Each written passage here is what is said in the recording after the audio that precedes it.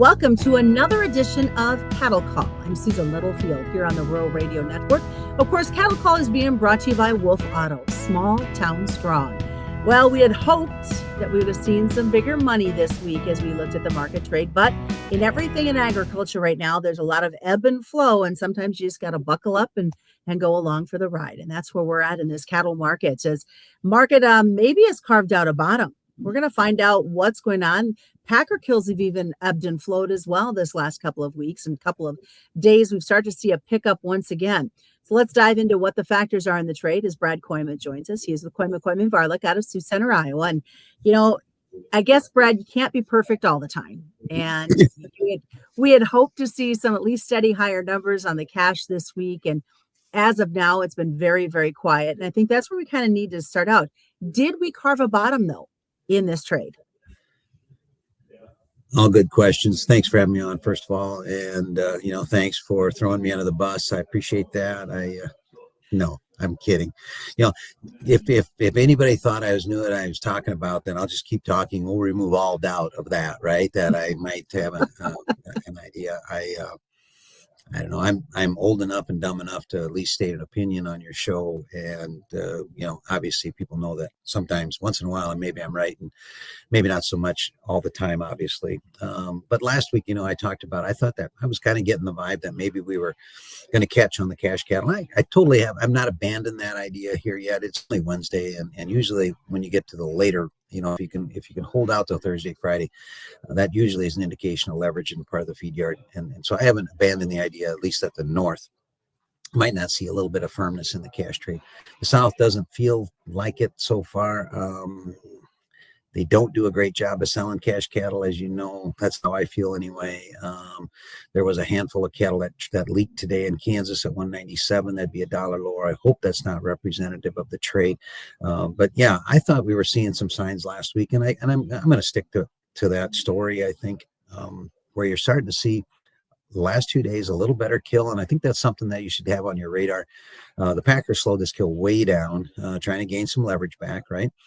Trying to get a boost into the box beef, which the boxes have had a couple of pretty good days now. And I don't know exactly where their margin line is, and I don't know if they're not going to tell me if I ask them, but all of a sudden if you're buying cattle at 198 with the box at 314 or 315, I would guess that the margins probably are starting to get pretty close to being back in the black, and then we'll see if maybe they don't start to add a little bit of kill. I know in the case of one of the Packers, they are adding a few hours this week, which I think is a good sign. So we're higher than we were last Wednesday when you and I were talking futures wise, not exponentially, but a little over $1. And still, looking at a chart, which I apologize, I'm peeking up at my April cattle chart here while you and I are visiting. From a chart standpoint, I think there's maybe a reason to have a little bit of hope too. So talk about that April open interest, because we're getting to that point now. What are you thinking we're going to see? Well, like it or not, the funds are a big part of our market, Susan. And I know it's frustrating for a lot of people, me at times as well. And I've become, I don't know what the right word is, a realist enough to know that I know how I feel about the funds, and they are what they are. And honestly, I'd rather be on their side as to try to think I can outsmart when they're going to do something, right?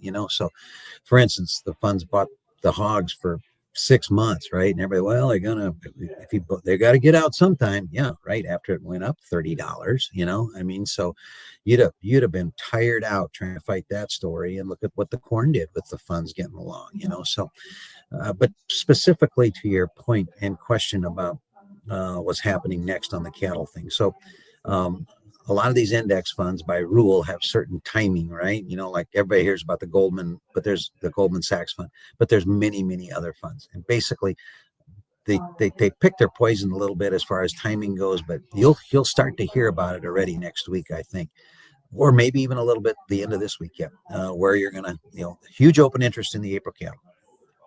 They're going to have to move that position sometime. And so they'll start to do that probably maybe even this week into next week. And then certainly after the 5th business day of March, that's when it starts in earnest. So it'll be interesting to see how the April handles itself. There may have been some of it today. You can see that April was the weakest thing today. So with the funds needing to move some of that long April, we could see a little turbulence in the April cattle here for a little bit. Well, we got to talk a little tariff chatter because we know that USMCA, which is something the Trump administration helped to put together. We knew that Saturday was supposed to start these new tariffs, and we kind of talked about this morning earlier on the air, and it was like, well, are they going to push it back to April 1? And lo and behold, April 1. Are you getting tired of this tariff story? Because I am sick of it. Yep. But it is what it is, and it's part of the market. And you flesh that out really nice. I mean, this is what, 4 days ago that Trump was like, okay, yep, where the tariffs are going to be on, like I said, and yada yada. And it certainly was impactful that day on the hog market and on the corn market. And now they've decided to back off again. I at some point, my futures market, our futures market here is going to go like, well, you know what? We're tired of blowing in the wind. Let's see what's, show us the real deal, and then we'll react after that. I do think that the speculator is starting to tire of this story, but you're absolutely right. We've postponed the opening, and the market response was bullish hogs. We don't have to worry about anything, reciprocating coming out of retaliatory stuff coming out of Mexico, because we do sell them a ton of pork. And maybe a bit supportive on the corn thing, but we didn't really do much on the corn. Actually, that continuing to postpone the tariff is actually, I'd say, a little negative cattle. We do take a lot of slaughter cattle in out of Canada every week, and so that probably might have been a little bit of the influence too, why the cattle might have been a little bit lower today. So looking at, we kind of led into it a little bit at the open when it comes to packer movement. We saw a few pullbacks happen in the last week, but now you say that the momentum is picking up again on the kill side, but does it, and how much are these weights going to be weighing in as well on these cattle? Well, if you're bearish and you're a cattle analyst, average weights are probably in your topic sentence. Okay, I mean, it's in the first paragraph. It's been the gorilla in the room for months and months and months. You get a little bit philosophical here, but you look at what's the function of the market or a market. Right now, what's happening here is the market's trying to figure out how to get by with less supply, less overall raw supply.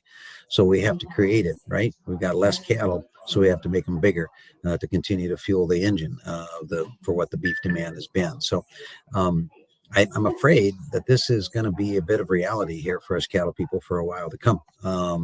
I think that even when you talk to people buying feeder cattle, and this disturbs me a little bit, they're going to say, oh, I'm going to buy this 600-pound calf, and the only way I can make it work is if I put 1,000 pounds on it, or whatever.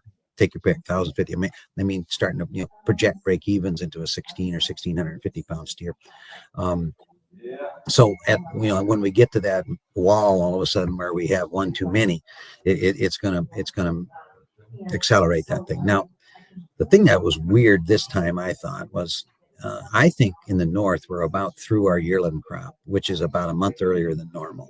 So one would think that the North's weights would really break. Last year, of course, they broke hard from the 1st of January on. But if you remember the weather, which you do, in Nebraska, it was a nightmare. Mm-hmm. So that contributed to it. This time we've had 4 or 5 cold days, and we hardly have had winter. So that still is a big reason why the weights are what they are. But so I'm not going to be quite so caught up in the weight story, because I think you still got to buy so many cattle. And I'm going to watch when that packer starts to get some margin back, but it's early. February notoriously is a tough time to sell middles, right? To sell the high priced beef. But we get to March and it'll start to get warmer. We'll start to project into April and Mother's Day and yada yada. So maybe we got to chop wood here for a couple of weeks yet. But I think that there's hope is on the way. All right, I'll go grab that axe and be ready to go. What's the best way for folks to get a hold of you? Telephone is 712-722-0023, or check us out at kkvtrading.com. All right, that's our conversation today with Brad Kooima. Quick reminder to everybody, commodity futures and options do involve a substantial risk of loss, not suitable to all investors. And that's a cattle call being brought to you by Wolf Auto, small town strong, right here on the Rural Radio Network.